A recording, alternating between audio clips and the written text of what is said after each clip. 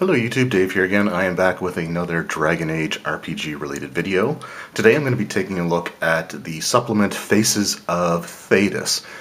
This is a book that I've actually been wanting to get for quite a while and just never ended up biting the bullet, so to speak. It's a book that came out in 2019, I believe, is when it finally was released, finally hit store shelves. 2019. But it was a book that was announced, I want to say, at least a couple of years before that, if not maybe even a little bit longer. It's something that seems like it had been announced and something that they were teasing and something that they were building towards for so long, and it kept getting delayed. I honestly just thought it wasn't going to happen. Especially when Green Ronin started focusing on things like their fantasy age and modern age and stuff like that, which wasn't dependent on a license with another company. So I was actually honestly concerned that this just wasn't going to ever hit store shelves. But it finally did, and I finally decided to pick it up. I decided to take advantage of the opportunity with the situation that's going on now to finally order this in and have a look at it. So I just got this a couple of days ago at the time that I'm recording this, and I'm really looking forward to flipping through it, showing you guys what's inside, and giving you my thoughts. First things first, I love the cover art of these books. It uses sort of like the cards or the symbols that you would have for some of the characters throughout the different or I guess not the different, but throughout the Dragon Age Inquisition game, you would kind of have like the characters had these sort of like tarot card looking art designs for them, and it's very similar to what they had for the hardcover for the core rulebook, the actual physical rule set. So I actually really like that design, and some of the art I like better than others, like the Liliana one there I really like. So yeah, and I actually really like the red coloring of the book. I kind of wish that the core rule book, truth be told, I kind of wish that they also did that color, this red color, because I really like it. But that's fine, because they're both great books in their own right. So we'll just take a look on the back here, and on the back it gives you a whole artwork with tons and tons of characters here. I will say, as spoilers, not everyone depicted in the scene is actually in the book, which is a bit of a shame, but it is what it is. There's honestly, there weren't too many of them that I see here that weren't in the book that I really was kind of, I don't want to say annoyed or frustrated or upset, but I kind of wish I'd been in there. So we'll get to that a little bit later. But it says here on the back, the world abounds with friends and foes. From Redcliffe to Cairns, Sundermount, Orzammar, the vast continent of Thedas is filled with individuals and organizations that range from virtuous to the villainous. For the bold heroes of the land, these noteworthy people may become valued allies, trusted companions, or deadly adversaries. Within these pages, you'll encounter detailed entries for dozens of characters and groups drawn directly from the Dragon Age video game series and beyond, each one statted up and ready for adventure on your tabletop. The retail price is also $34.95. I'm pretty sure that's a Canadian or a US price, but this was actually printed in Canada, which is pretty cool. And of course, it uses the Age adventure game engine, which was developed for the Dragon Age RPG way back, like 2010, I think, is when they started coming out, and is done by Green Ronin Publishing. So, inside the book, we have this artwork again, and then we get essentially into the explanation of what we have here. And just looking at the table of contents, this book, the vast majority of this book is taken up with just having stats and some background information and some other details about various NPCs from the Dragon Age world, and that's what this book essentially is. Now, one thing that it does mention here is that it doesn't include any of the actual player characters from any of the video games. The reason for that, it actually honestly makes a lot of sense, because with the exception of Dragon Age 2, there's a ton of possible different choices that you could have made as the player.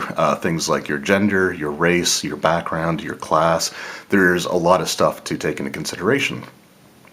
Dragon Age 2 has the least amount of potential options for the player character, for the character of Hawke.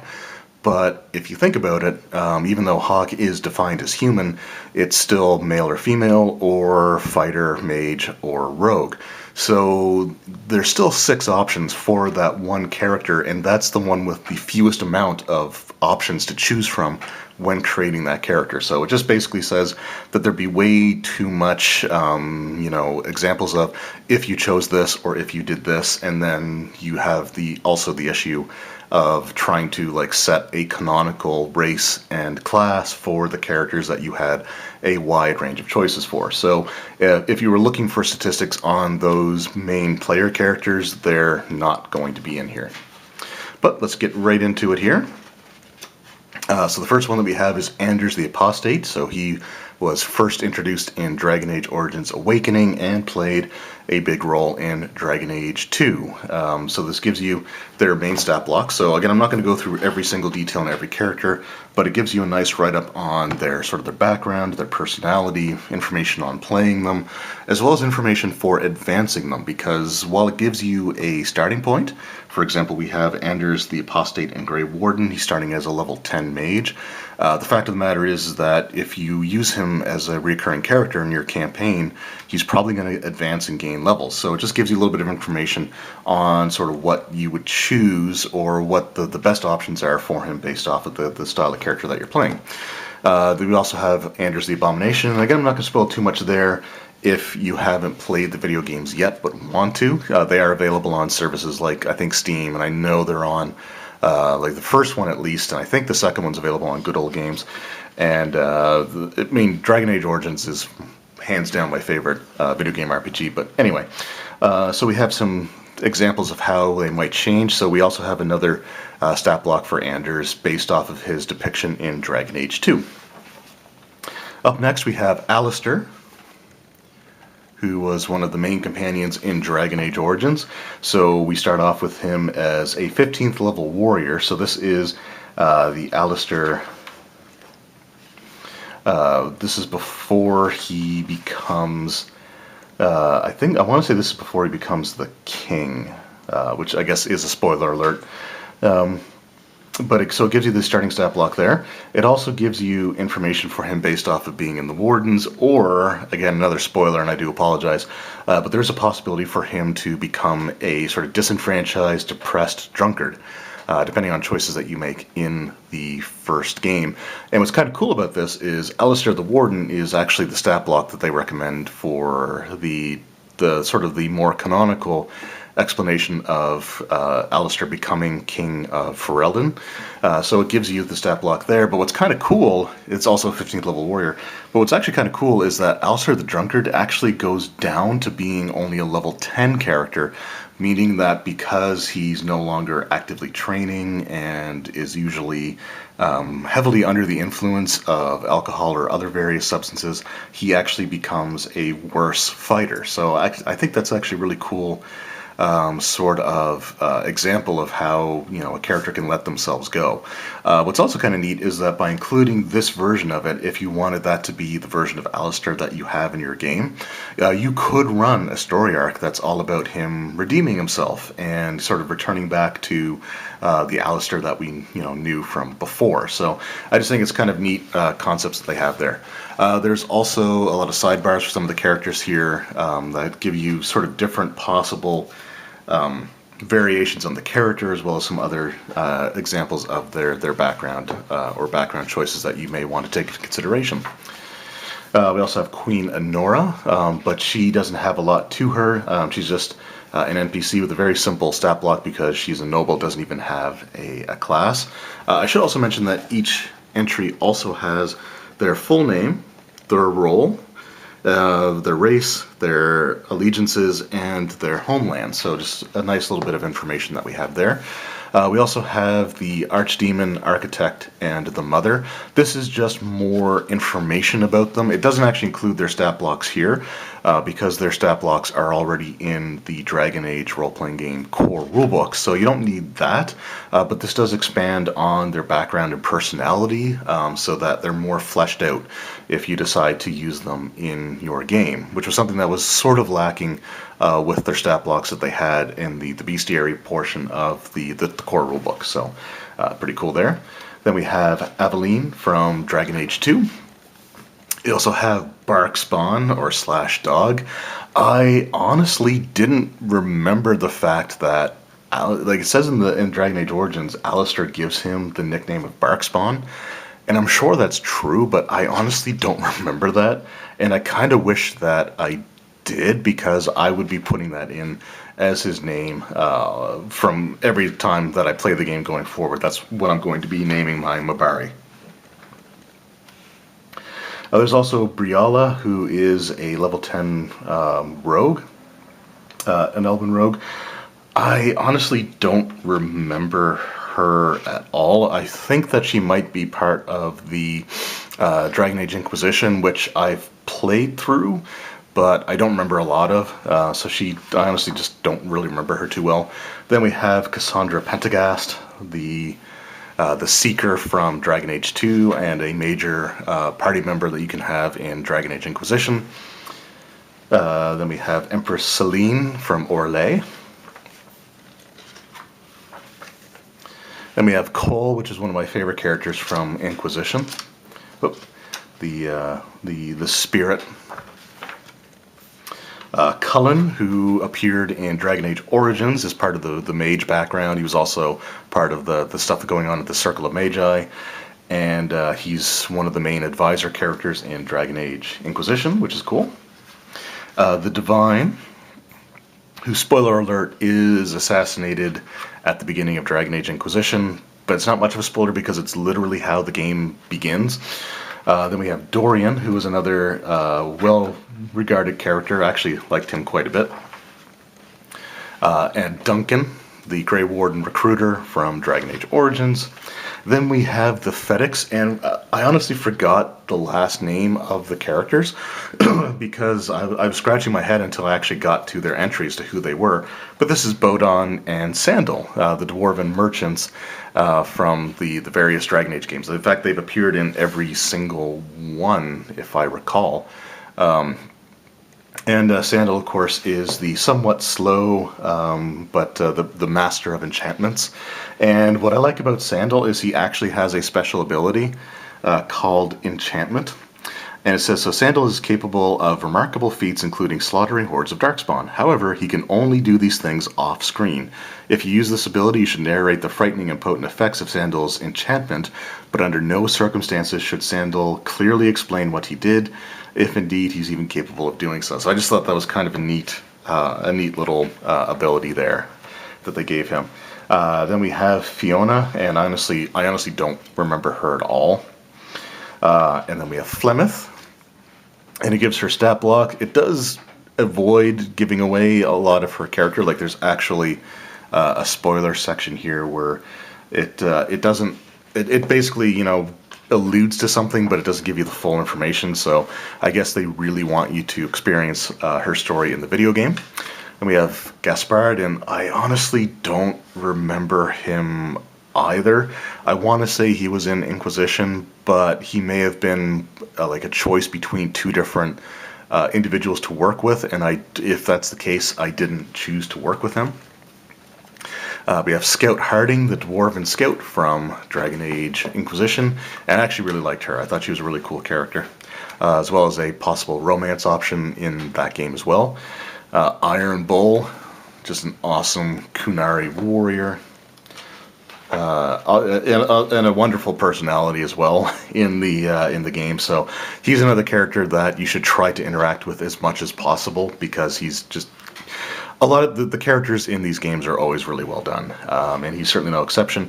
Then we have Isabella, the pirate from. She appeared as a very minor character in Dragon Age Origins, but she was one of the major potential party members in Dragon Age 2.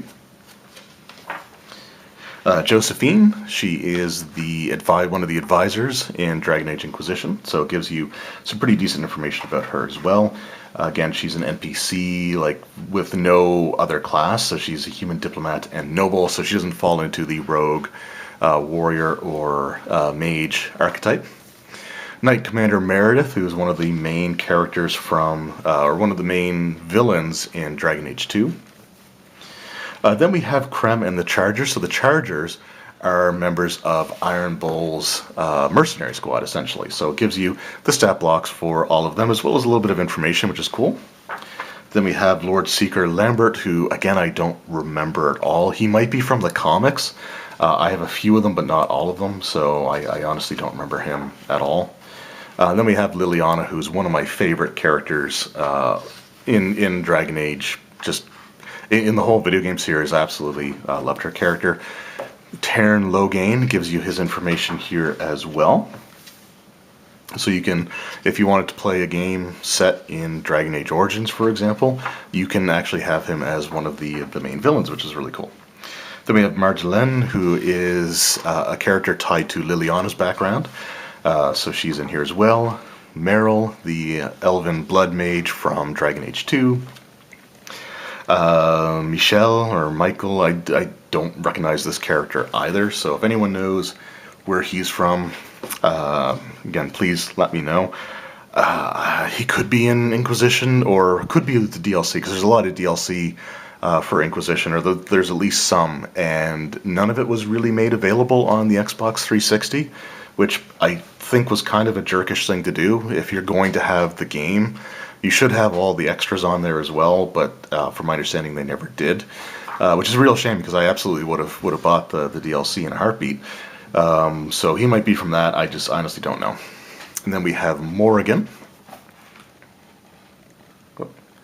one of the main party members from Dragon Age Origins, and she makes a few appearances in some of the other games, including a pretty substantial role in Dragon Age Inquisition, but it's not as a party member in that one. She's just sort of an NPC that you deal with. Nathaniel Howe, he is from the Dragon Age Awakening DLC. Sebastian is from Dragon Age 2, and I actually really liked his character as well.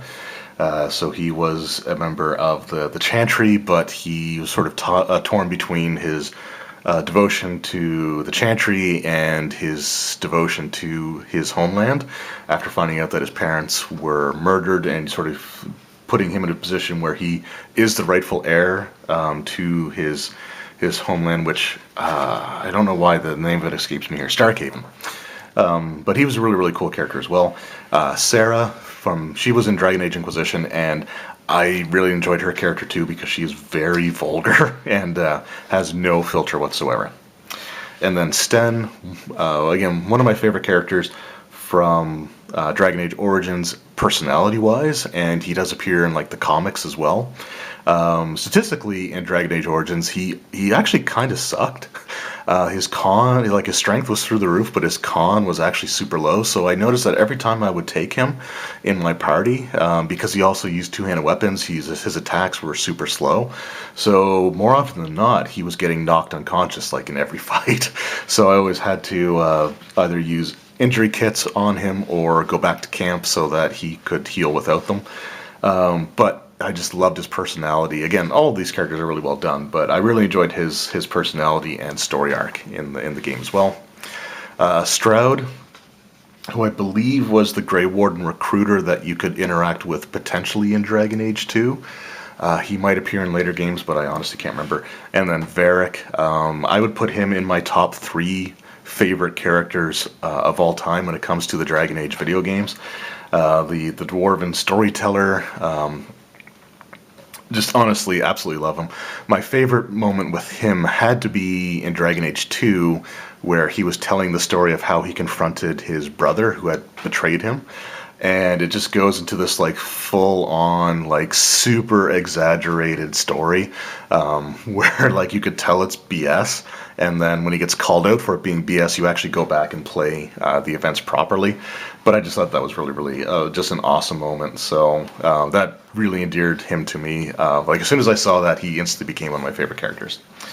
And then we have Wynn. She was one of the party members from Dragon Age Origins, who also has a spirit Not a demon like you could have inhabit you, but sort of a spirit of like one of the virtues.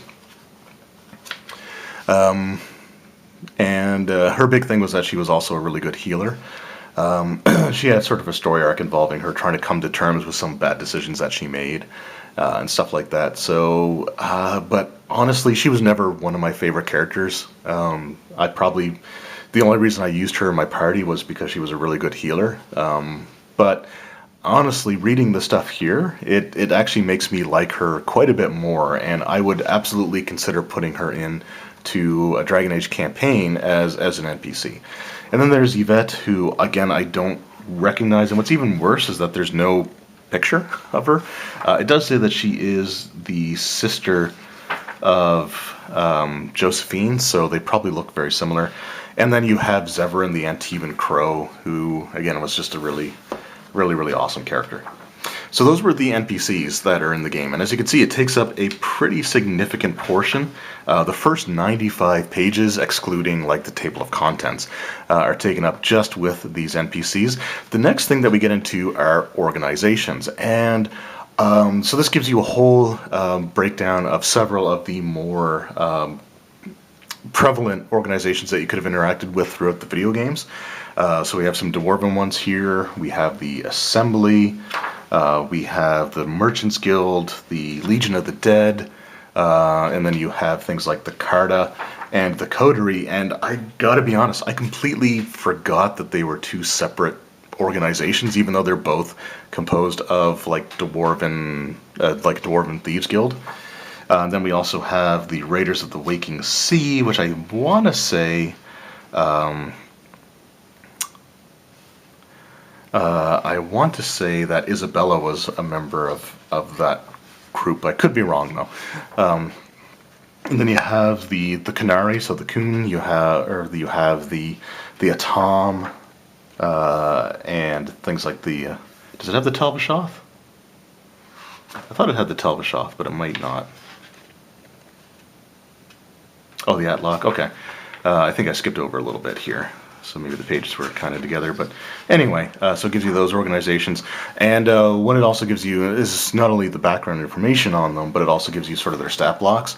So organizations have stats that look like this. So they have might, wealth, influence, intrigue, and magic. Those are sort of their primary abilities. And then you have some focuses that you can take within those as well, which is kind of interesting. And then you have like their structure, which is just a numerical representation of how large or widespread they might be. The stability of the organization, so the higher the number, the better. And what the scope is, so you can be sort of local, regional, or worldwide. So it's just, again, some really useful information to have there. But the background stuff is sort of the major aspect of it here. Then you have the Avar and the Chasen, which are like the wild characters. And then you have the Spies and Assassins, so you have the House of Crows, or the Antivan Crows. The House of Repose, which is an Assassin's Guild as well. Or Elysian Bards. And so that's it for the organizations. And then we have the relationship system. And honestly, when I first saw that this was a part of the book, I didn't know how to quite think about it, because relationships are, of course, an important part of the video games. But when I saw the term relationship, I always just thought it was nothing but like the romantic aspect of it. But this is actually a really, really good system. I'll talk a little bit more about it, or my thoughts on it and how they sort of changed as we go on. But essentially the way that this works is you have bonds and intensity. So your bond is who the relationship is with. Typically, it's like player character NPC, or possibly player character player character. You can do NPC if you wish, but it involves a lot of record keeping. But what this system is, you get sort of a numerical value between 1 and 5, and that's the intensity. So the bond is who it's with and why. So why you have that bond with them, and they could be family, it could be friends, it could be fellow party members, or it could be romantic relationships, of course, or it could also be a rival, or even like a mortal enemy sort of thing. So you just sort of have who it is and sort of a description or brief explanation of it. So one of the bonds, for example, could be considered family, or family or loved ones. It just says, I love them more than my honor or my life. So there's just some different things that you could choose. They're not like necessarily set. They're something that the player defines. But then you get the intensity, and like I said, that is represented as a numerical value. And intensity ranges from 1 to 5. If you start with a brand new starting character, you can have two relationships, one of which is at intensity of 2, the other is at intensity of 1. And as you progress through the story, through the campaign, and certain events unfold, you can increase those numbers or decrease them, as maybe something that started as an important relationship when you first began became more and more distant to the point where they're not really a part of your life anymore. So there are ways to sort of change it as you go as well. Also, as you gain certain levels, you can add additional relationships just to sort of keep it to the point where it's manageable. And whenever you gain these new relationships, you can either increase an existing one by 1, or you can increase an existing relationship by 2, but you have to deduct 1 from somewhere else. So it's kind of an interesting way that they went about it. And the mechanical benefit of these relationships is they give you the ability to, once per session, you can actually spend or gain a number of bonus points related to something that you're doing that is either affected by or part of the story between you and whoever the relationship is with. So, for example, if you're trying to break a loved one out of jail and you're doing exploration, you could spend your, let's just say you had an intensity of 3 with them. You could generate 3 stun points, even if you normally wouldn't have, to maybe do your check to find the keys quicker, or to be more stealthy, or stuff like that, based off of the different skill talent or the skill stunts that you can do. And there's now, if you actually did generate stunt points based on you rolling doubles and whatever the number on your dragon die was, but you needed more to do something that pertains again to the nature of your relationship, then you can spend it to add it to that pool. So if you would have generated 3 stun points normally, and you had an intensity of 4, for example, and you wanted to spend that because what you're doing involves that individual in some way or another, then you could do that and add that 4 to those 3 to get 7. There's also 2 new what are called relationship stunts that you can get as well, or that you can do as well in this game, and they actually require you to spend the points that you have based off the intensity of your relationship. You do get those points back at the beginning of the next session, or if you're running through a single session and a long period of time passes, the Game Master could let you regain those points then as well. So for 7 points, and again, 6 is normally the maximum that you can generate, but for 7, meaning whatever you roll in the dice plus having to spend your intensity, you can do one of these 2 different options. So the first one says, I swear to you. And so the stunt is, pick a task that you promise someone with whom you have a relationship you will perform. Gain a +2 bonus to tests directly related to completing this task until the end of the session. So to use the example of trying to break a loved one out of prison, if you use this stunt, for the rest of the session, any skills that you make, or skill checks that you make related to that, you get the +2 bonus to. So that could be stealth checks to avoid not getting caught, or to avoid getting caught, I should say, as well as checks to try to locate the item, things like that. Or if you fail to find the key, if you're trying to pick the lock or manipulate it, then you could get the +2 bonus to that as well. So it's again something that's, but it is restricted to that one singular task that you set out when you choose to use this ability, and it has to be, I'd say, relatively strictly defined. So it shouldn't be something like to apply to everything that you do, because everything that you do is for this character. It needs to be something kind of specific, like using the example that I gave you. And then there is, I will have vengeance. So it says, pick someone with whom you have a negative relationship, or has injured or killed someone with whom you've had a positive relationship. For the remainder of the encounter, so this is a combat one, gain +1 to attack, +1 to defense, and +2 to damage in any combat actions involving that target. So again, pretty cool system there. And then there are some optional rules as well that we get into, or just regular rules for the intensity. So we have changing intensity, expressing relationships, starting relationships. But then you have optional things like self-centered relationships, or things along those lines. So again, it's kind of a neat little system there. And then we just have the index.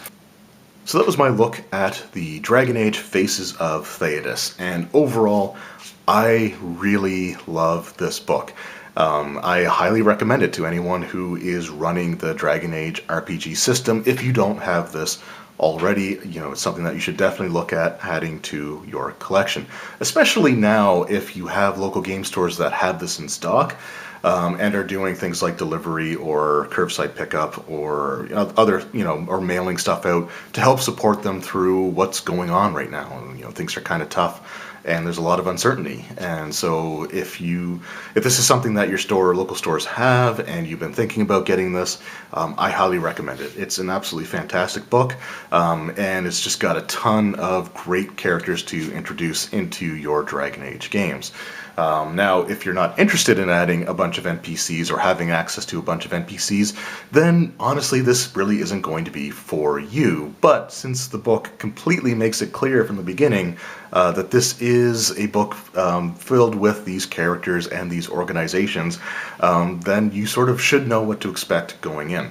If I had to sum this book up in 2 words, it would have to be fan service. And that's not a bad thing. I think in this case it's an absolutely fantastic thing, because it gives you so many great, enjoyable characters to work with and to have their stats. And yet, yes, you could create their stats yourself for your games if you wanted to use them without having to pick this book up. But honestly, having all that work done for you is something that is hard to sort of understate how great that can be. And there, again, it's just really, really well done. So I have to say that they did an excellent job with this, and you can tell that this was something that was aimed at people as sort of a, here you go, here's some of your favorite characters in the Dragon Age mythos of all time, condensed into this book. So it is what it is. But if you're a fan of Dragon Age, then this is something that I think you should have. I just think it works really well with the core rulebook, and just to have those characters and those organizations. I also have to say that the relationship mechanic was something that I really liked a lot more than I thought I was going to. It is well done, and it gives you a reason to incorporate it into the game and to create sort of cinematic moments. For example, if you're fighting alongside, say, your brother, for example, and Dragon Age 2 sort of uses an example of this, where one of your most beloved character or relationship members for family or friends or whatever, if they're struck down by this dastardly villain, then you can just have this angry, vengeful fight against them, and it's great. Being able to get bonuses to certain skills, for example, also. That are related to those characters, I think is also something that's really, really well done. So overall it's an enjoyable system, and they made it manageable because they do try to limit the amount of relationships that you actually have, which I think is great. So at certain levels you can either gain a new one or increase a relationship.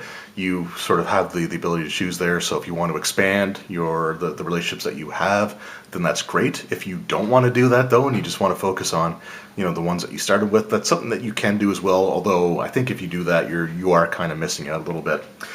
So that's really, really well done. The organizations, again, they're great to have because there's a lot of great detail and information on them. And I had thought that they were in the core rulebook as well. Like, I could have sworn I'd seen things like the Carta in there, but they're not. The organizations listed in the core rulebook are just really generic ones, like